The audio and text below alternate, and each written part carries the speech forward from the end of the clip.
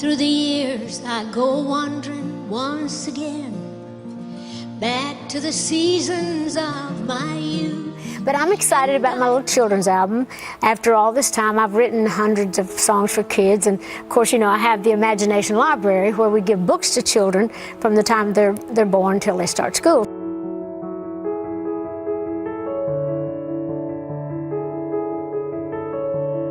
For folks at home that don't know about it, what is it and how can they get information? Well, it's called the Imagination Library. I started it 22 years ago in honor of my own dad who couldn't read and write. So it's just a wonderful little album with singable melodies, teach little kids how to be better little people. There's one about bullying.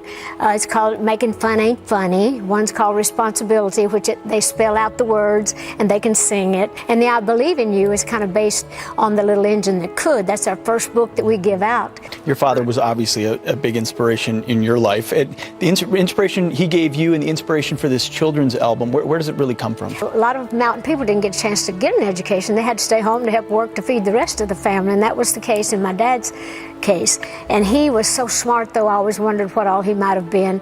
And I get my work ethic from my dad because he was such a hard worker. I get my creative and my spiritual side from my mom, so it was a good combination. Dolly, I love your story because you didn't grow up with much. How many kids in the house? Well, there's 12 of us kids, 6 boys and 6 girls my mom and dad had. And your parents got to see your success? Well, my dad got to live long enough to, oh yes, they saw my success, but Daddy got to live long enough to see the Imagination Library come to doing good. I was rich as I could be in my coat of many colors.